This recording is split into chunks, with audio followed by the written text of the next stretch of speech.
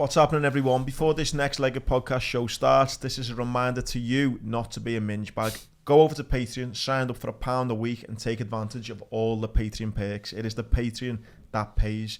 We have a betting show on a Saturday, which the postman here is picking winners every single week. Yeah, the betting show comes out Saturday mornings, covers UFC and boxing, footy when we're in the footy season. But yeah, we're winning on a weekly basis. I can't remember the last week we didn't find some sort of winner. So yeah, as Andy says, don't be a minge bag, come and get involved. And as I say, it's one of the best communities that you could be a part of, isn't it? It's a belter. As well as the betting show on a Wednesday, me and Jord have a chat. That's where you might have seen on our Insta Reels about crocs, about harpooning people at the end of the night, all that kind of chat that goes on. And even better, every single Wednesday we do a raffle draw, and our sponsors Montrex give £100 gift voucher away just for being on Patreon. No better time to join. There's 30 plus episodes already that you can go back and watch. Again, no better time. Get involved. Don't be a minge bag. £1 a week, and we'll see you there. What's happening, everyone? It's the Sportscast. It's me, Andy Grant. It's me, Jordan Neild. First off, happy Friday, everyone. Boris Johnson's gone. Happy fucking days. Politics and sport never mixed them, you say? Well, he's fucking been mixed. He's been mixed, fucker. I went there. Listen, happy Friday, everyone. Hope you all have a boss weekend. Massive shout out, as always, Montrex. If you're not onto it by now as well, not only to the discount code they give you, which is BOSS, if you're on Patreon, they give away every single Wednesday £100 gift voucher just for being on Patreon. So again, Montrex, big shout out to the lads there for supporting the podcast. It was Darren Garmy, 100 quid just for being on Patreon. I want to win that, you know. It's the Patreon that pays. Alongside that, you got the postman who last week smashed it for the 9th week running. 9 out of 8, I think we're on. He's delivering better than Amazon at the moment. To be honest, though, we were a fight away from a lottery win. Oh lad, I know. You know what, lad? I texted tonight. I woke up. So you had the first 2 boxing fights come in. Yeah, so I was one on. There's a lovely double, that. Yeah, so I was one, but I had them singles and doubles, and then I'd done trebles and fourfolds and anyway. And then I woke up at 2 in. And then ticks. So I was getting to a point where I was winning, but it was just how much I was going to win. Yeah, that's what we're about. So, but the good thing about it is it's like we do the shows in depth, isn't it? It's not like just bet on this. We do like an half an hour show, just smashing it out. It's a bit like an investment into Amazon, right? If you're into your stocks and shares, right, you invest into Amazon, right, they deliver. You invest into Patreon, the postman delivers. There's been multiple comments over the last few weeks saying there's me 2-year subscription paid to Patreon. Oh, yeah. So Patreon's about £40.80. I think if you had like a tenner on one of the bets every week, you would have paid for Patreon for the next 2 or 3 years. And that's the thing, the bets that we're winning, you'd only do have to bet at £10 and you'd take him 50 quid home or something like that. Enough of us bigging up the postman here, his head's big enough, but you got the betting show, Montrex, and also don't forget Ver Clothing. You get 20% off them by typing in Leggett20 for all your decent going out gear, and also Health Kick Kitchen, who've been supplying the scram for us, and also going to be helping me personally as I put myself on a bit of a health kick. Can't wait to see this health kick, you know. I'm blaming Glasgow, I'm blaming the races, I'm blaming Jurgen Klopp. How many weeks you got until Anfield? I've started a bit late, to be fair. The season starts in 4 weeks. Anyway, let's get on into sport, and I'm just going to lead the way, Jordan, say Rafa. Heavy. If you didn't watch the tennis last night, go home and get on BBC iPlayer and rewatch Rafa Nadal's quarter-final. I sat down in the living room and I put it on, and my missus was on the couch and she was like on a phone or whatever, and then I kept seeing her go. And then every time her head come up, she was just staying up for a little bit longer, do you know what I mean? I said, this is entertaining, isn't it? That's when you know. Lad. Like a fair weather fans, you're like, I know. Some of them rallies were like 40 shots. Unbelievable. Crazy. So he's obviously got injured. He's hurt his abdominals or something. He's done something. But he's already a bit like screwed together, isn't he? He's not as bad as Murray in the sense of injury, but he's all are. He's 37, 38. He's in crazy shape. So he gets injured, and then listening to the commentary, obviously from the experts, it's almost a bit like the guy he's playing against, the American who played the blind, by the way, up and coming young lad. You kind of then don't know how to play against them, because it's like when Rafa's serving, he's not doing his 120, 30 mile per hour serves. He's dropping the speed a bit, but then he's putting spin on them. So then he's thinking, how do I play against him? His tactics then go out the window. And then also Rafa, rather than maybe going to the long rallies, which he's used to doing, because he kind of beats people on, you know, stamina and endurance. He's just going for the quick wins, and it just made the game. Some of the shots, mate, like absolute classic game, mate. The pace and like the ferocities in the shots, but it's the precision. Yeah, it's like he's putting it.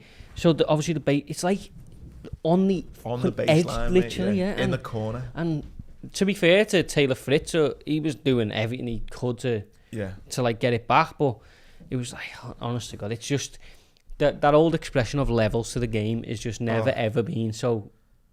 And that's why we said again last week, we spoke about Murray, and I just said to you just off air, Murray is a great tennis player, but there's no one in those brackets of Rafa, Federer and Novak. It's a joke. I mean, Roger's still my favourite just because he does it without sweating, but them three, you'll never see anything like that again.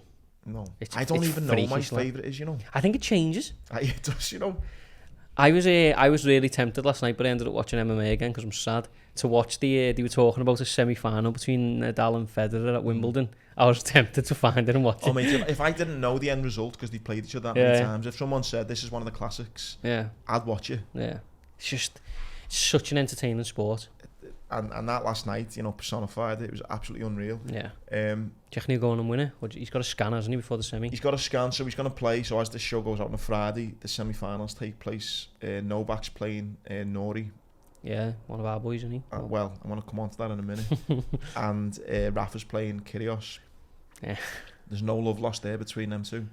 Don't think there's much love lost between Kyrgios and anyone. I like him, lad. I don't, lad. I do, I think he's a bellend. Honestly, God, I'm like, there was one thing and I actually tweeted it where he was saying go back to the supermarket or something like that, and I wasn't a fan of that, but the whole Wimbledon, I've just grown. I've always liked him because of New Year's, and I've entertained this. I've laughed at his press conferences and stuff like in the past, but this Wimbledon, lad, I'm into him. I get what you mean in the sense of it's good to kind of back someone who goes against the grain and all that, bit of a Suarez type character, a bit of someone who doesn't do things that I get that, and I like that in a person. But for me, lad, he just likes arguing for the But it's a show, lad. Yeah, you say that, but then you watch Rafa and how elegant you look at. You saying Roger, how just they're just completely different people in how they play the game. But how do you bridge that gap? You have to win mental warfare, don't you? And I honestly, when you look at his face, do you know sometimes when he challenges the umpire or he'll say something, if you look at his face, you can see it. He's like, I don't even want to say this, but I'm going to do it because it's this is who I am.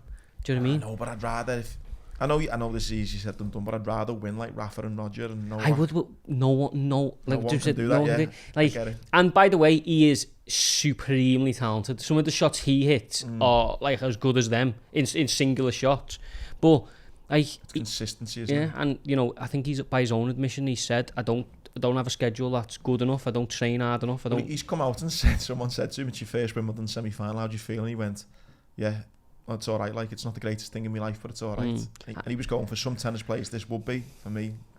I think he's troubled. He's got a court case hanging over him, and I think he's got certain things going on mentally and stuff. But I think he's an unreal talent in terms of his actual natural ability, and I just think he's like, tennis is vanilla. I think a lot of it is like it's all a bit too nice. Like they get offended by someone coughing. Even Rafa yesterday, someone done something, he's like looking at us as if saying, yeah, but lad, he done that in like a high pressured moment. I know that, but like it is all a bit like, yeah, it's a bit soft, isn't it? And I just think someone like him, I just like it. The thing is though, it's whether Rafa will even play him. No. I don't know if you've seen his interview afterwards. He said, I just want to be on the pitch. It's basically, he's going to have a scan, I think, Thursday, whether he'll play again Friday, and it's whether he can beat a kind of, and obviously Kyrgios is on his game at the minute, playing great. His serve's a joke. Can I not 100% Rafa still beat him? I don't know. I would not bet. I had a look at the odds last night. I don't bet on tennis, but I had a look at the odds, and I think Nadal's like 13-8, isn't he, or something like that. That's the injury that. I know it is, but someone like him, you can't be letting odds like that go. No. Well, I do have a bet on the tennis, and I was betting on it yesterday, and when he got injured, he drifted right out, and I put a bet on him then, got a good price for him. Did you? Yeah. Don't get me wrong, I was sweating on it, like, because it obviously went so far. But I don't think any of Kyrgios' mind games would work with Rafa at this point. I'm sure in the past, I know they've argued and stuff, but I think the way he's, at 37 or whatever he is, the way he approached that game yesterday, he just looks like he's just steel, and he mentally, like it's just there's no point even trying to penetrate it because it's just noise, isn't it? The only thing I'm pissed off with, if anyone from the BBC watches the Sportscast with me and George, they're all few. They're both on at the same time, 2:30 Friday afternoon. Stupid. And then the final will be Sunday. Sunday. Wimbledon's unreal, lad. Boss, gutted it over on Sunday, but I'm fancying Novak to win it. Yeah, you can't go against him, but only because of Rafa's injury, though. If Nick gets there, I'll be team Kyrgios. Oh, really? Yeah, lad, I will. Wow, lad. I would. I just imagine if he won it. He just be interesting if Novak wins because of all the vaccine stuff. What his reception will be like. Yeah, but I would love it. Like. I read a stat that he's one of the only players that in his first game against Nadal, Federer and Djokovic, he beat them. First time playing them. Crazy. One thing on Djokovic, right? Well, not on Djokovic, but his opponent is Rocky Field. Cameron Norrie, yeah. It was right. And by the way, this isn't any kind of racist tone when I say you're this. Getting cancelled.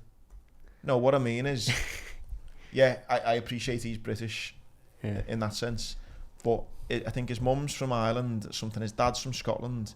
He was born in Australia and he was grew up in New Zealand. Yet we're saying he's British. Yeah, he was born in Johannesburg, apparently. Okay, so yeah, but he wasn't. Yeah, but and listen, I'm not being like saying he's not born here, he can't be from here. Listen, he's great British and that's fine. He's British and I'm happy to support him. But if he was crap, he wouldn't be to the public, to the media. And what I think's dead interesting though is how many sports people do we have who are great British icons who aren't actually from Great Britain? The parents are. Lennox Lewis, born in Canada. Yeah. Mo Farah was I think was a refugee from, I don't know where he was from originally, but he's one of our own, which is great. You've got, remember Greg Rosetsky, the tennis player? Tin Edmonds undies. He was, don't know where the fuck he was from. I don't think he knew. Isn't it mad though? We've got these players who like... It comes down to what you define as, like, I think as you rightly say, then, people like me and you would consider them British, because, they're part of what this is, but... I mean, I find it funny from the media standpoint, where it's like, when all these people aren't achieving anything, it's like, and they probably make a point of going, he was born in Johannesburg, but then the minute success comes to like Britain. It's like Andy Murray, like I even felt like the English media kind of like he's Scottish, and then the second he done well, he's British. Yeah, but I think Andy Murray said he was Scottish first, didn't he? Like, did he? Yeah, but they were still like British. I mean, it is funny that whole British is he. Yeah. I think that's a media issue rather than a normal person issue. Yeah. In the women's semi-final, it's a bit frustrating we're recording today because obviously by the time this comes out it will already have been played out, but a really kind of nice story was the girl, if I can pronounce her name right, Tijana Maria, I think the German. So she's a mum of two. Yeah. Kind of came out the game, and from what I was reading into it, basically went and played kind of a bit of a one last tournament, one last paycheck. Ended up winning it, which then got her into Wimbledon. And now she's got to the semi-finals, which is getting played on Thursday. So by the time you listen to this, she will have either got beat or be in the final. But, you just think mum at two. Unreal. What a story. I think she's 30 odd, probably one of her last tournaments. And she's potentially on the brink of it. Just a female resilience though, that, innit? Yeah. Like, but you know what? I was saying this to, I can't remember who I was speaking to, but, when you look at sport and you go, right, okay, the women's Euros are on the minute. And people could look at that in a cynical view and go, they're not as athletic, they're not as fast, they're not as good. Okay, they couldn't do it in MMA, but women's boxing, shorter rounds, they're not as powerful, blah, blah, blah. You watch a male tennis game and a female tennis game, there's very little difference in athleticism, power. The only thing you could say is they only play best. That's it, yeah, but when the game's actually in play, Serena Williams, I know she went out early, is one of the most impressive looking athletes I've ever seen. She's a monster. Yeah. Oh, she's a beast, yeah. On the women's game, actually, the last thing I've got for tennis is Bartoli, one of the kind of bit of a legend in the game, the women's game. She's told my mate, Emma Raducanu, to go and get some advice from Maria Sharapova. Yeah. Now, I think could do worse than that. I wouldn't mind some advice off Maria. Yeah, that'll do. Over a fucking little dinner date. Why have got your ear, Maria? What do you think about podcasts? She was gorgeous, mate. It's one of them. It's like, how's Maria playing? Don't know. She looks great though. The backhand is insane. Yeah. So many jokes with that. I know. No, so I think the idea being Maria Sharapova, obviously exceptionally talented player, but also was someone, I think her looks then got her into the media world and got her into this. And she had a lot of off-field distractions. She had a lot of pressure put on her. So I think the advice to Emma from Bartoli's been, you know, you're in that similar kind of, you know, kind of... The road's been paved before. Yeah, a little bit. By someone who's great at tennis, but also has got great marketability. Yeah. Imagine if Emma Raducanu wins another, like, you know, major Grand Slam. Oh, mate. Like, if she could get from the high where she is now and then get back up, the story. I think she will. Yeah. And again, you know, there's a bit of a joke about it on the Sportscast there that I'm always knocking her. I'm not knocking her. I just, she got pumped up way too quick. Yeah, she did. Yeah. But I reckon she'd even admit that, you know, in time. I reckon, you know, when she is honest about this whole journey, which is unique, basically. Obviously, there's only a few people in the world, Maria Sharapova and people like that, who could even think about what's happened. Yeah. But, and she's, what, 19? Yeah. She will 100% win, you know, another Grand Slam. Even now, mate, when she goes to bed and closes her eyes, I imagine she must just think, what the fuck is going on? Do you know what I mean? This is crazy. You think of her life now than what it was 18 months ago. Crazy, lad. Only a year ago, the US Open's about to start after Wimbledon. Yeah. So it's a year in. So it's nuts. What a 12 months. Yeah. Bit like ours. So, yeah. Which is all thanks to patrons. Legends. Not you minge bags. Yeah. The patrons. Get signed up. Someone signed up to Patreon last week and the first comment was, I'm sick of Andy calling me a minge bag. But that's what it's about. Just going to guilt you into it. Any minge bags. And we're doing a quiz actually on Monday, so this goes Friday. If there's any minge bags that have found their way into that room on you're getting called out. Yeah, they'll be careful. You know what though, we need to, it's sold out in less than a day, so yeah, we're going bigger and better. Yeah. Well, when we have 500 patrons, we got a little bit of a show coming up. Yeah. So get signed up. 40 to go. On to the old foosball, mate. I didn't see nothing that stuck out to me that much, to be honest, this week, other than transfer sagas. We said last week that Richarlison was gone. By the time we went out, he was gone, wasn't he? Yeah. We spoke about that last week, really, didn't we? On the move this week and over the weekend, it looks like Raheem Sterling to Chelsea. Weird. Bit of a mad one. Don't really know how I feel about that. No, I don't. Who is City? I know they've got Haaland coming in, but they've let Jesus go. They've let Sterling go. But if you think about it, they've still got Grealish, Mahrez. Like, it's still a heavy team, you know what I mean? But the only thing I can think is, you know, Haaland has had injuries. If he gets another one, then it's... That's what I mean. If Foden, it's crazy. Grealish only scored 3 last season. Yeah, I imagine they would be expecting Grealish to play a bigger part this year. I would imagine. I think, you know, if Sterling can recapture some of the form he's had, I mean, I don't know whether Sterling's still. He's only 27, you know. I know he is, but he's had a mad career, and I just don't know whether he's still like. I would imagine Sterling will go to Chelsea and have a decent 5 years or something. Do you know what I mean? I don't think he'll rip up any sort of records. I just think he's like sort of in that zone of I'm one of the top Premier League players. Just sort of, it is what it is. I'd like to say I'm not a bitter person, but this is going to sound really bitter. I'd be fucking happy if he never won the Champions League, you know. Who's Sterling? Yeah. Do you know what? One of the only transfers that Liverpool lost, and I wasn't asked one bit.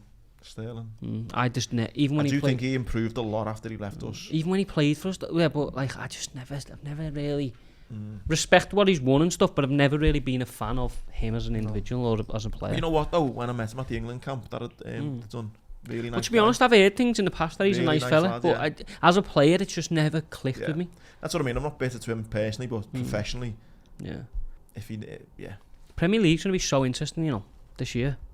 Well, I've seen an article saying about how those type of signings from the big clubs to the big clubs might become more common because of, you know, the financial structure in Europe at the minute with Barcelona and everything. So, be interesting if we see any City more have took Calvin Phillips as well, haven't they? From Leeds. From Leeds, yeah.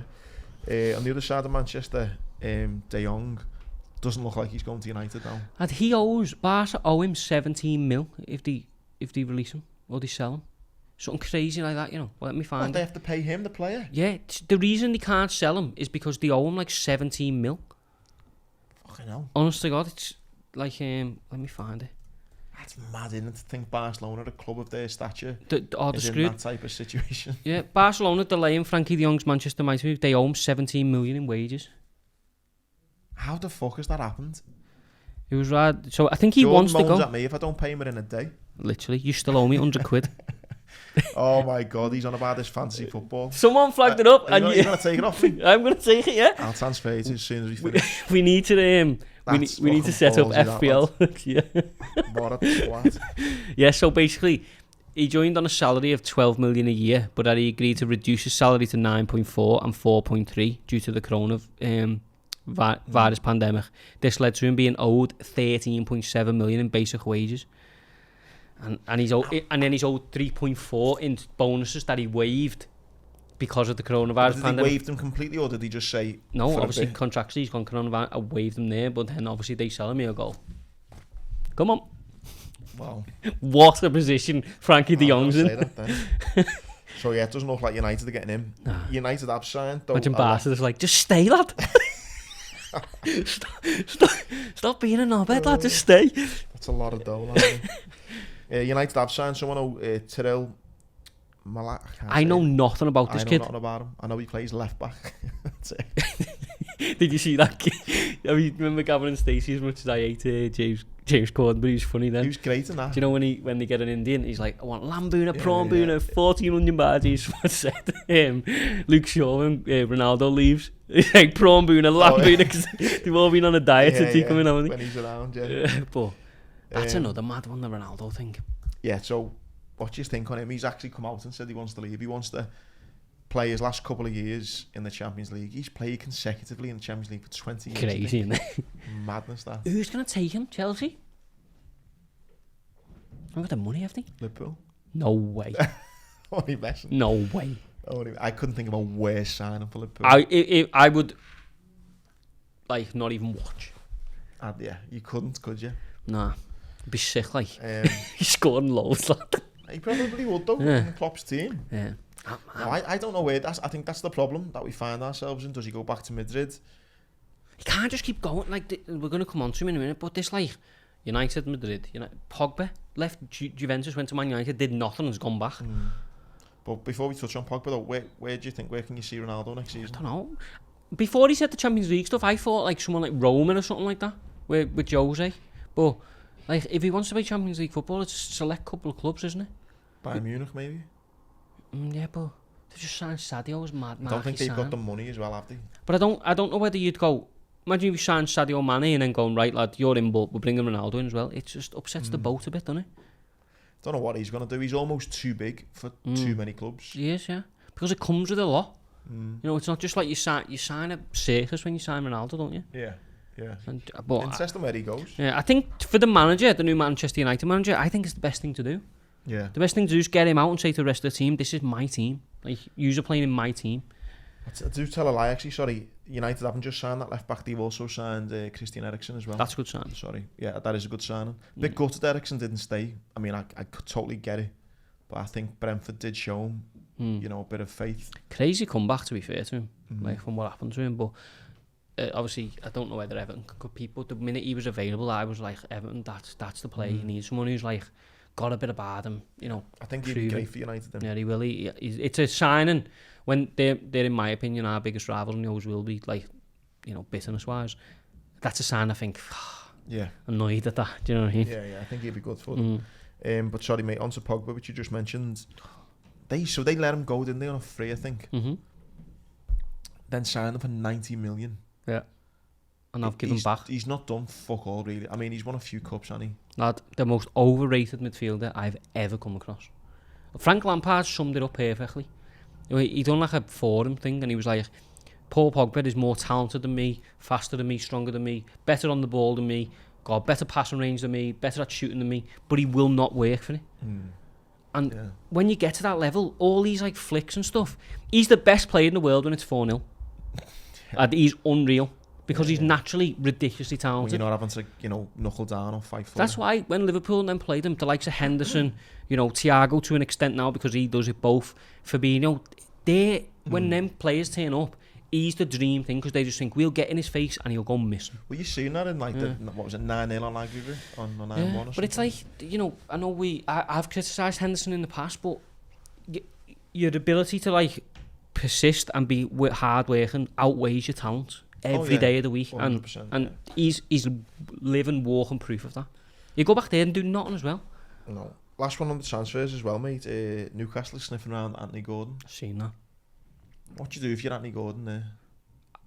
I wouldn't go to Newcastle, but I'd go. I would if there was someone else. Why not? Because there's not like. I think that's an ideal move for him. You're not changing anything, lad. You're changing your bank balance. Oh yeah, fat stacked. But you're not changing anything. You fucking are. But he's rich anyway. Oh lad, he'll be richer at it. Yeah, richer, rarer. Richer at it. It's like I'd be gone. Nah. I'd be going. Give me that Saudi money right now, lad. Yeah, I know. Oh yeah, it would be. No heavy, disrespect to Everton and all that, but listen, young lad he's gonna have a career in the I game. know, but no matter where he goes, I couldn't think of anywhere better than getting your bank balance topped up every week by that Saudi money. Yeah, crazy though. But I'd go to like, I think if he went to Tottenham or someone, then I'd get it. But it's only money, innit? But joking aside, the money would be lovely. But I think Newcastle over the next 5 years will become a team.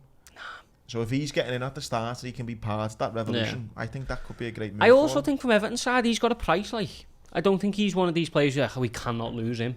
He's a nice, good young player with a lot of ability, but that's it at the moment. Do you know what I mean? If you got 40, 50 mil for him on really? But the first off was 35, isn't it? Wow. So I was only thinking like 20 or something. Yeah, but it's British premium, isn't it? If you get 40, 50 mil for him and you've got 60 mil off for Richarlison, I know they're bound by financial fair play, but you've then got at least some sort of pot to go and reinvest. He's a good player, but that's it. I think it'd be a good move for him because he's going to be in a potential. I can see Everton finishing 12th, 13th, 14th this season if they do well. That is, by the way, it could easily go like it was last season, but potentially 12th. I think Newcastle are finishing 7th, 8th, 9th. By all accounts, though, he's quite a clever lad, that Anthony Gordon. He knows what he wants and he's like driven with his career. So I would imagine he's going to make the right decision. But I think it's a very interesting summer for old Anthony. Like and Pochettino has been fucked off from PSG. Don't know if you've seen that. Where's he going? Don't know, but Nuno Espirito Santo, see that? Signed at the club in like Saudi or something like that. Tottenham to... There's a lot of Saudi money going about lately, isn't there, mate? I need to find where it is because it's going to annoy me. Well, he's Poch's left and he's that Gattier who Everton were linked with for a bit. Yeah. The Lille manager. Yeah. He's took over from PSG. Yeah. Al Ittihad he's gone to in Saudi. Money. That just should be... That's going to be the recurring theme on this sportscast. Vince McMahon from the WWE walking out. money. And the last one on the footy, mate, it's to the women's game, the Euros. Yeah, Liverpool. Liverpool are going to win the World Cup. It's the Euros. England won 1-0. Yeah. Seen the highlights? I didn't, I'll be honest, I didn't. 74,000 people. Decent turnout, that means. 68 here? Yeah. No, 74,000 it was apparently. Read different websites, lad. Yeah. BBC, man. I'm a Sky Sports. Anyway, a lot of fucking people. Yeah. Good on them. I hope they win it. Yeah. Well, kind of don't. I think the favourites, aren't they, I think? Are they? I think so, yeah. So, good luck to the old Lionesses. Anything else going on in sport? Apart from, in St Helens lost one of the best players to get on this. So one of our best players is a winger called Regan Grace. Yeah. We brought him in from Wales to the academy and he's come through and he's a machine. He's just switched codes to rugby union and gone to one of the top 14 in France called Racing 92, which are huge. So he's gone from a salary cap rugby league to an open cap in France. Mate, when you talk about wages, I imagine he's gone from about 100 grand a year to fat stacks per week. Really? Crazy, so man. The money's big in France in rugby union? There's no cap. He's had to learn a set of rules, I guess. I mean, no, coming up as a youngster, he was playing rugby union. Right. He was scouted for rugby league. Are there many players that do that? Yeah, loads. Jason Robinson did it, I think, and there's been loads of players in it. Scott Quinnell done actually as well. But she fucking Nadine Dorries, by the way, the politician. What's she done now? So it's the Rugby League World Cup this year in England. Oh yeah. In the autumn. So she. I hope they win the first set of the fucking. win the gold medal in the first set. What is she? The culture, media, and sport or whatever. So she went and she stood up and said, "It's great to be bringing this here." I remember where it was when Johnny Wilkinson scored that drop goal. I think we were drinking Bloody Marys in the garden or something at the Rugby League World Cup. Oh my god. But so like. Oh, don't even talk about that. How bad is that? Do you know where she's from? Yeah. Have you seen her Twitter bio? Anfield. Do you know? Have you seen her Twitter bio? Scouser. Shut up. Look at it right now. I'm on about to read the next article. I can't. Oh, what, really? It says Scouser. Nadine. But so Regan Grace, I've cried into my pillow on Tuesday night, but good luck. There's rugby league for you, mate. Bit of a mad one on basketball. I'm going to read you the thread. I don't know if anyone follows him. His name's Joe Pompliano. He's just fella to follow on Twitter, but he just brings you mad stories. Yeah, doing his job then, unlike these modern day journalists, they don't do anything. No, he is a really good guy. Good. So it flagged up on my timelines about LeBron James. It actually involves Liverpool. So LeBron James says he wants to own an NBA team in Las Vegas, and I think I know how he's going to do it. So LeBron's come out and says he'd like to own his own team one day, and this guy has kind of went in and done the research around it and done a little Twitter thread, which I'll kind of quickly go through. So he says, number one, so by the way, lad, LeBron's just hit the billionaire status, by the way. Crazy though, innit? Space Jam, that. So he's got dough, but not enough to buy an NBA team. So anyway, the NBA is eventually going to go to Las Vegas. They want a franchise there, and it's going to be in around the region of around $3 billion that's going to be needed. That's where FSG come in. So if you remember, LeBron and FSG have kind of teamed up. FSG have got the Boston Red Sox, Fenway Park, Liverpool, Anfield, all that going on. And they started going into business with LeBron. So FSG wanted to diversify into businesses, pitched it to LeBron. LeBron joined and he accepted a 2% stake in Liverpool. Liverpool's valuation's obviously gone up massively from 6.5 million. 6.5 sorry, million? is 2% worth, sorry. So LeBron's 2% stake was initially worth 6.5 million, but with Liverpool's valuation increasing to 500 million to 4.5 billion, is 6.5 million investments now worth 90 million. Not a bad investment. No wonder he wears Liverpool shirt. No, not a bad investment. So anyway, FSG raised 750 mil last year by selling 10% to the Red Bear Capital. And then he transferred his 2% ownership in Liverpool into 1% into the parent company. Why did LeBron do this? Well, the equity value at 2% stake in Liverpool versus a 1% stake in FSG was roughly the same, and it made him a co-owner of FSG's assets, i.e. the Red Sox. But it was much more about the future. FSG raised 750 mil because they wanted to acquire a sports team, specifically in the NBA, and within months they agreed to buy a controlling stake in the Pittsburgh Penguins for 900 million.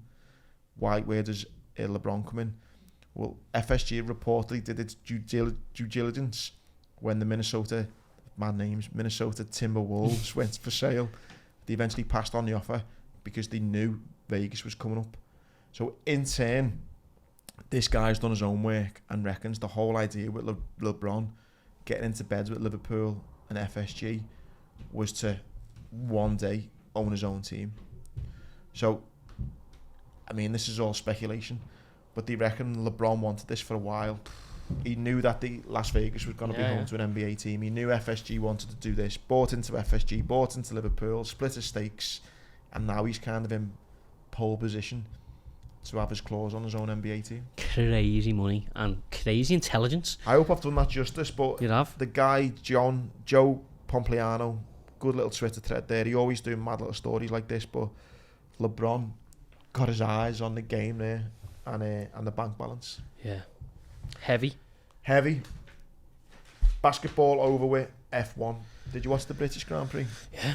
I didn't actually watch it. I've seen it. I haven't missed the Grand Prix. No. I don't watch. I watch qualifying and Grand Prix, and I've watched every one this year. Nice, lad. Much to the annoyance of my significant other. Did you see the protesters? Yeah. It is what it is, isn't it? Scary, dangerous though. You don't want to be protesting on F1 track. Well, so Hamilton's come out at first and was like, "Is right, up the protests, do what you believe in," and he's had to kind of backtrack a little bit and say, "Actually, think about what you're doing. It's quite dangerous." Yeah, he was flying, Lewis. I'm not surprised that if he'd have hit one of them, they'd be screwed me. He was flying. Yeah, he only got a podium though, didn't he? Yeah, but he was. I don't think he'd have ever won, but there was an open that he could have won, but they swapped tyres, and it was probably the right decision. It was the right decision and the wrong decision at the same time. Do you know what I mean? He had to go for it, but obviously lost a bit of grip. But they found something. Mercedes, they found something. But he come out and he's had a little dig at Verstappen, and he said that basically. Nice to see Max down the field for once. Yeah, well, he's come out and said it was nice to have a sensible fight rather than the murder that him and Max normally have. Max is a lunatic. I like him though. I don't. Do you know why I don't like him? He's just a bit square for me. You say he's a bit boring, don't you? But I think he's just that's no fault of his own, by the way. He's probably a lovely lad, but he's just been moulded by his dad to be this robot of a machine of a driver. I think Lewis has been moulded to be this, like, you've got to fucking have a say on everything. I know that's what I mean, but at least Lewis is like, whether you agree or don't agree with it, at least he does something.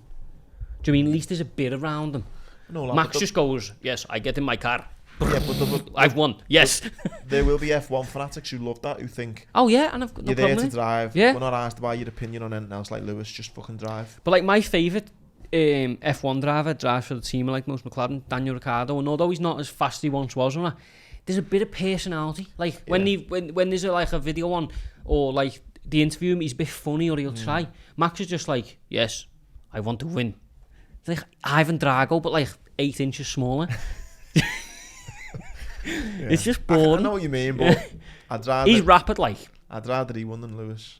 I don't know, it just rubs me... And I've met him, and he's a nice lad. I've met him at the BBC Sports Personality Awards. But I don't know, he just rubs me up the wrong way. I like him. I was going, go on the weekend. And I don't even... I'd rather... Red Bull are just like the Man United of F1. Do you reckon? Yeah. Christian Horner. I've got a thing for Ginger Spice as well, so... Yeah, but Felix, I hate him, you know. Why? He's a proper muppet, lad. Have you watched the Drive to Survive thing where they go to his house and he's on like a horse? Like, get off. What's wrong with riding a horse? You're a muppet, lad. It does my head. If I had the dough, I'd have a horse. Yeah, one that runs in races. Wouldn't just ride it round ours. No, I'd have... Come on, Jerry, we're off. Turn up at the studio, my horse, lad. Kids, even his kids were like, Dad, fucking hell. No, buy us a quad or something. I'd have a horse, lad. Kids got Shetland, like that.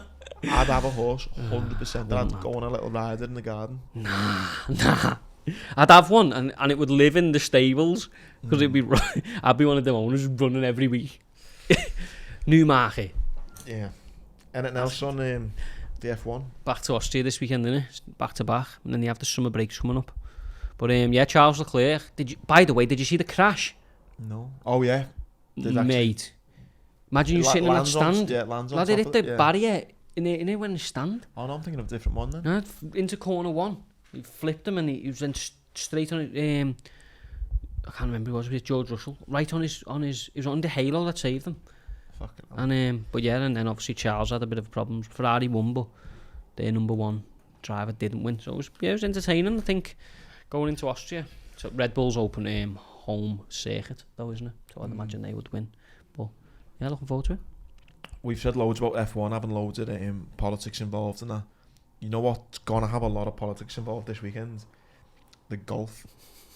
So I'm not the biggest golf fan, but I've actually been a bit more invested since this live tournament, and it's going to make for a really interesting weekend. Yeah. So for anyone who's been living under a rock, the Saudis come in, made this live tournament, and as we've already said, money. I reckon there's a WhatsApp group and that just goes in it. I think, and the WhatsApp group's Ian Poulter, Lee Westwood, and he just sent that video in. So for anyone who's been living under the rock, they've done this tournament and it's caused a bit of an exodus from the PGA Tour. Loads have went over to the live tournament, made loads of money, and there's been a few who've said no, we're not doing it because of our morals, etc. The PGA have fined all the players who went, I think 100 grand. And they're like, fucking sound, whatever. Drop I've just been in paid the ocean. 10 mil. Anyway, the really funny thing is though, they got banned from competing in the in the Scottish Open. Mm-hmm. They've appealed it, and now they're allowed to play. So, on a serious note though, I remember my old man was a fireman for 30 years, and I remember him going on strike. Yeah. My dad never crossed the picket line, but there was some of his mates that did, and he just fell out with them overnight. Yeah. And my dad just come home one day and said, do not speak to him ever again. If you ever see him out, don't speak to him. He's a scab, don't speak to him. And that was it. And it caused a lot of divide. Anyone who's got families who were in strikes and stuff, it's hard, it's not nice. It's going to be a bit like that, I think. It is. Imagine it going to changes. I'm sure they don't have footy changes, but like, fucking hell, Ian, you've got some new clubs, ain't you, lad? Poulter's got a big gold driver. Is that a new bag, is it, lad? Yeah. Rory brought his own pack lunch. Skins. Chicken butties for Rory. The rest of the lads are sitting in, there's a fucking waiter there. Yes, sir, with a platter. Poulter's like champagne. Rory. I That's what it's going to be like. So they're all going to be together in the same clubhouse. Half of them have just been paid serious dough for the Saudis. Half of them are skint playing in these cheap ass so PGA many jokes. So that's the kind of that's what's going to be going on this weekend in the Scottish Open. I'm going to watch it, to be honest, just to see watch it. But I seen McIlroy say the peace talks need to happen, didn't he? It's like we need to, like, you know, everyone needs to get on the same page. But I think peace talks, he's like, I'll give us another invite there, that'll be over.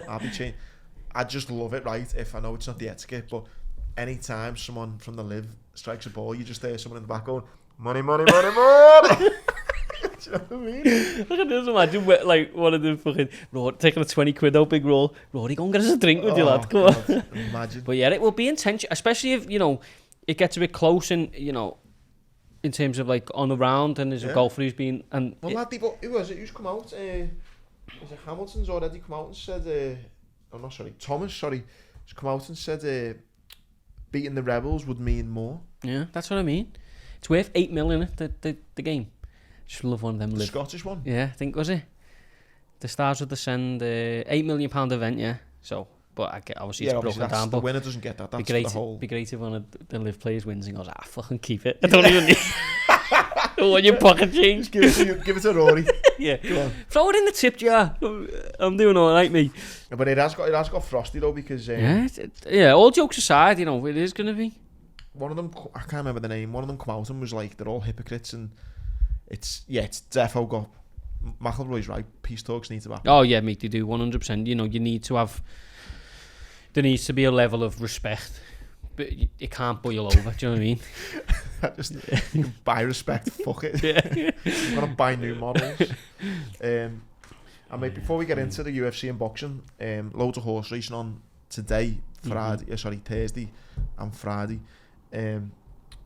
One thing that did strike me out in the old horse racing world is I was at Ascot.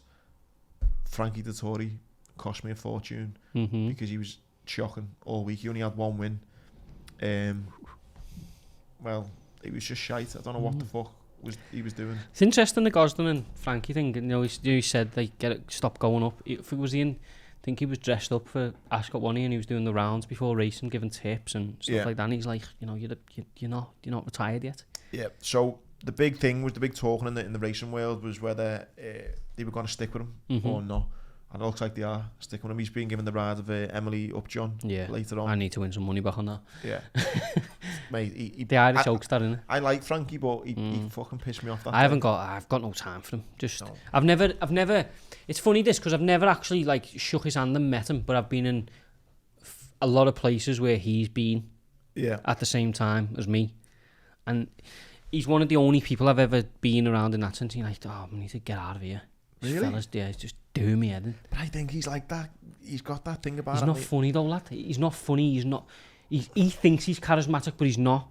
Like, if he was like as funny and as like cool as he thought he was, he'd be unreal. He just rates himself too high. Well, he's racing tomorrow, he's racing Friday, 3:35 at Newmarket. I mean, it's not worth betting on. It's a 2-9, but it's the only horse he ran on and won on at Ascot in Spiral. In Spiral. It's a 2-9. Listen, the next one down's 11-1. It should win. But yeah, just interesting that John Gosden is sticking with him. I quite rated the fact that he said something, because Frankie's had a lot in the past where like no one says anything to him. Yeah. But yeah. And to finish off, mate, on your prized possessions, UFC. Some unfortunate news for our local lad Darren Till. He was out, yeah. Injured from UFC London. I don't know what the injury is, you know. I have no idea. Feels like I've not seen him in so long. You haven't, lad? Choked out by Derek Brunson, didn't you? Was that his last fight? I don't even know when that was. That was a while ago. Yeah, it was a long time ago. He's in a tough place, Darren, because you know everyone around him in Liverpool is like sort of coming that way, and he's always been the poster boy, hasn't he? And you know, Paddy's going to be there. I'm not saying these are rivals, but it does happen, doesn't it? You lose your relevance as time goes on, and you look at what happened in that division last weekend. Adesanya didn't perform, won but didn't perform. But then Alex Pereira, who's beat Adesanya, he comes out of nowhere, knocks out Sean Strickland, and it's like, you know, there's another contender. Darren Till, I think he's ranked now 10, and he's been moved down by default because he's not fighting. So before you know, he's out of the top 15. Yeah, you're right. 2021, his last fight, but Wow. he's lost 4 of his last 5. I remember me, you and John Paul were speaking at the time, and I was like, he's done for the time being. Yeah. I think John Paul was massively defending him, but listen, he's been unlucky with injuries, but hope it's nothing too serious. He can get back at it. No, I hope it's something that he can bounce back from, but to pull out of UFC London after that long, it's got to be something serious. Do you know what I mean? I'm sure if it was a niggle, he'd probably just get on with it and win, but or maybe it's a case of I can't lose another one. I'm gonna have to be 100%. You know what I mean? But yeah, it's a shame. It's a big loss to that card because he would have brought a lot of eyes, and whatever we think, he's still Darren Till. Do you know what I mean? He's still only a couple of wins away from fighting for the belt. Yeah. I seen weirdly as well, McGregor got into some sort of, I'm imagining he was pissed on his yacht in Monaco, living his best life. Yeah. He's saying something talking about the axe kick, honey. The way she's saying, instead of shooting like that, you should go down. Yeah, so someone's, but who is it? Sorry, that's Rafael Fiziev. He's tweeted them. He's fighting this weekend. Saying I don't know, there was like a thread of basically someone out of the matrix. Yeah, so Fiziev, when someone throws them sports spinning attacks, he's got this thing where he'll like bend far down and dodge it. It looks cool. Yeah. And McGregor's gone like, it looks cool, but it's not practical. You're going to get caught with like an axe kick, you get knocked out. And then Fiziev was like, people have tried, that doesn't happen. Be quiet, you haven't done anything. And then I don't think he was disrespectful though. No, he was just saying that one. He like, but he also said, come and train with us, if you want, we both learn from each other. It was weird McGregor saying like, it's not disrespect, I'm just saying, and stuff like that. But then McGregor had a couple more proper 12s and just called him fucking all kinds. Mate, there's serious whispers from people who don't lie that he's on it, like he's coming back, I don't see it, lad. I don't, but I'm going to be there, but... Oh, I will be fucking balls deep in it. But it's like people who don't say things lightly are convinced that he's like in the dungeons. No, I don't see it.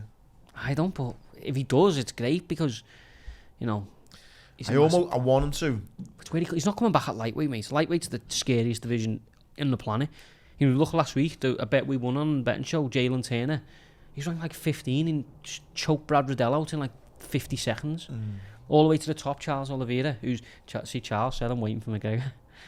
See, I want him to come back for those, but then I don't because he might get battered. Can't put McGregor in with Charles, mate. Because unless McGregor lands one of them Aldo things, lad, he's going to get ragdolled.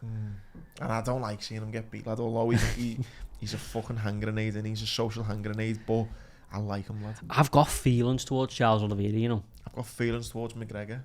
I was watching his interviews because he was around at International Fight Week last week. And, lad, I have got feelings for the man, And I have, he's just... How can you be that hard? It's his career though, lad. He went through a period where, like, he was getting chinned and knocked out and, like, there was even points people were talking about him quitting and stuff. What weight's this? Sorry, you said 170? No, 155. 155. I don't think... Have you seen how big McGregor... Yeah, he's got to be at 170, but you go, it's Hamzat, Usman, Leon Edwards. At least, he's got to fight Masvidal or someone like that. But, yeah, just Charles Oliveira is just cool, but... there's loads going on, like Dustin Poirier, Michael Chandler, Adam Barney, rings octagon side, fighting. There's loads going on, mate. He's got a good card this weekend. Fiziev's on against RDA, legend. That's a great fight at lightweight. Who's RDA, the Brazilian lad McGregor beat? No, he never actually fought, did he? He pulled out, didn't he? I'm just gonna, lad, I think it's one of the records for someone pulling out the most times or something like that. It was like, let me, someone pulled me up last week, thanks for that. Because I said Adesanya was unbeaten in the UFC, but I meant at middleweight. But anyway, but I can't find it. Yeah, he was meant to fight him in 2016, but it didn't happen. But so thanks for pulling me up, that guy. But Adesanya disappointed a little bit last week. That was the bet we were talking about earlier, where we would have been on for. Listen, lad, I'm not complaining. The postman delivered. Yeah, he won, but I think the knockout was there for him to win. Do you know what I mean? But yeah, we've got a bit of a quieter card this weekend. It's one of the fight night cards. It's actually at the Apex, which the UFC own, which is just their facility. And they obviously just put it in there as like 100 fans or something like that. But I think this fight could probably do with a crowd. They probably deserve a crowd, to be fair. There's some good fights on the card. A guy called David Onama is the one to look out for on the prelims. I think he's a bit of a beast. But break that down on the old betting show. Yeah. Boxing wise, So much, lad. I thought. Let's start with Joyce. Okay. Granite chin. Yeah. When me and Jordan have been to a couple of fights not together, and even when we're not together and we're just texting, I'm the worst flapper when it comes to watching someone. If I've, He's done. He's lost. He's done. Yeah. Takes a jab and I'm like, lad, oh shit. So we're watching Joyce, and one of the Jordan's betting show picks was under 6.5, I think, was it? Yeah. And I'm like, lad, he's not putting him out of here in 6.5, and you're going fucking chilly, lad. Chill, the lad's gassing, and I'm like, oh. And then he's getting caught, but he's just, like you say, granite chin. Someone was saying his bone density I was going to say that next. is crazy Like thick. 7 times like a normal person. Lad, he's a scary man, Joe Joyce, you know. You'd think though he'd learned to move his head a bit. Lad, I don't think he's... Like, he can. He's mentally capable, lad. That'll catch up with him one day. Got to, lad. That's why I want to see him fight Wilder. Why? Because I want to... Do you want to kill him? I just want to see. Because... See what happens. It's like a weird kid who wants to do an what's experiment. What's that thing of the... if I pull this arm and you pull that arm, let's see what happens. The immovable object meets the fucking... whatever the force is. But, lads, I just want to see if Wilder throws one, if he just goes, nom nom, and just eats it. What's that film? That's what Light at the museum. That's what I want to... Because if he does that and you just see Wilder go, nah. Yeah, he'd break his hand, I think, Wilder. Oh, lad. Anyway, he got the job done, but 6 foot, whatever he is. Wasn't that impressed with him. But that's the thing. No one's impressed with him. But how do you beat him? Don't know. Body shots, maybe, I don't know. But how heartbreaking must it have been for Christian Ammer when he's just landing he the biggest overhand right, and he's just gone. Yeah. And then obviously, I think I'm not accusing him of quitting, but I think he did jib it. Yeah, defo did. Defo. I was made up because we won the bet, but yeah. He defo quit early. Yeah, and then Tete knocked out Jason Cunningham on the undercard, which is a bit brutal. Could not believe that price. It was crazy. But yeah, this weekend we move on. There's a bit of news. Let's do the news before we do Chisora Parker, because... Well, the big one for me, Beefy signs with Boxer and Sky, which I then automatically assumed it's for the Eubank fight. Mm-hmm. And then the Eubank then comes out that he's fighting Benn. No, well, to be honest, the plan that I'd heard was that Beefy was fighting September and then fighting Eubank in December. Right. But then there was a rumour knocking about on Twitter that Eddie Hearn was close to agreeing Conor Benn versus Chris Eubank, and obviously the history between Benns and Eubanks, it's a mega fight, isn't it, no matter what people say. But then Eddie done an interview, recorded this yesterday, saying nah, it's not close, like, I know what you're saying, but is that Eddie double bluffing? Because, you know, he's done that before. But they're talking about Conor Benn fighting Keith Thurman, which is a better fight at 147. Because if he goes to fight Eubank, it's like 160, it's a long way out of his weight class. And Do you think the Beefy Eubank fight's still on then? I think so, yeah. As we've talked today, that's a great fight, that, you know. Well, Beefy's come out and said, Annie, that, you know, Eubank, he's looking for like the Benn fight just because of the dad's names rather than fighting people who, you know, to get up the boxing kind of. But Eubank, like, for all his talk of him, you know, everyone was saying he was going to be a world champion. As Liam rightly said, he fought Liam Williams.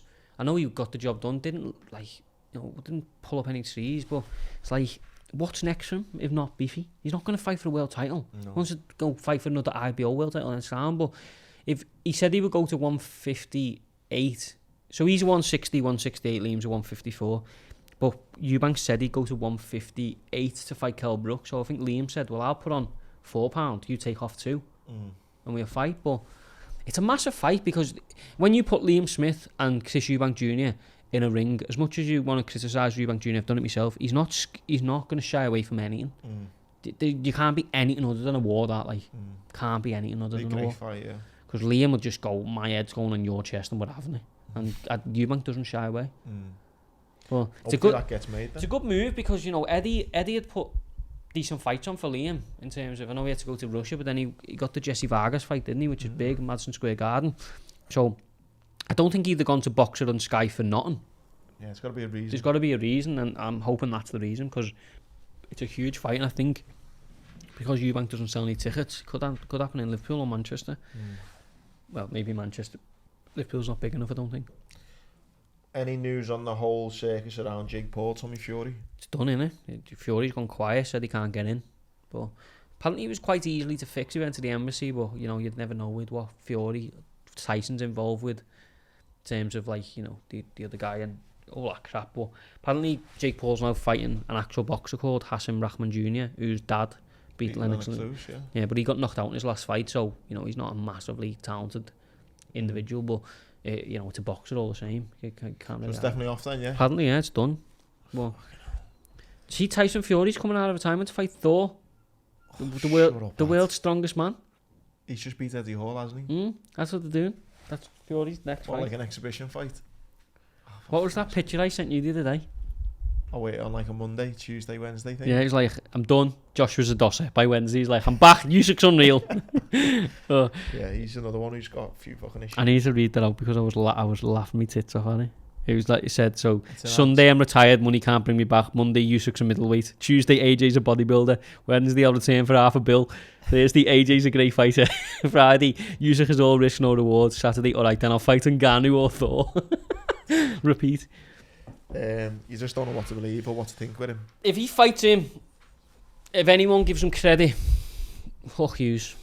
That's embarrassing if he fights him. I know. Because the likes of Joe Joyce and that, Tyson's still got the WBC belt, so no one can fight for it because he's got hold of it. So he's directly impacting other people's careers. So it's tough, but hopefully not anyway. We've also got Shields Marshall. Yeah, so that's confirmed for September, which is... So Clarissa Shields, obviously, calls herself the greatest female fighter of all time. Double Olympic champion, something stupid. But Savannah Marshall was beat her in the amateurs, and then they've always been gunning in the pros. So September 10th, it's the first ever all-female card. That, yeah. So it's all females, but I don't really how I feel about it. In what sense? It's good, innit? But I don't feel a need, really, to do all females. Just keep it mixed. Like, why would you? I mean, I understand, you know, I probably don't disagree with it. I understand what they're doing. It's unprecedented, and anyone who does stuff like that, I'm cool with it. But just, I don't know, just... Do you think it'll get, the viewers will drop? 100%. Because, like, there's as much as we don't want to admit it, there's still fucking people who are like, nah.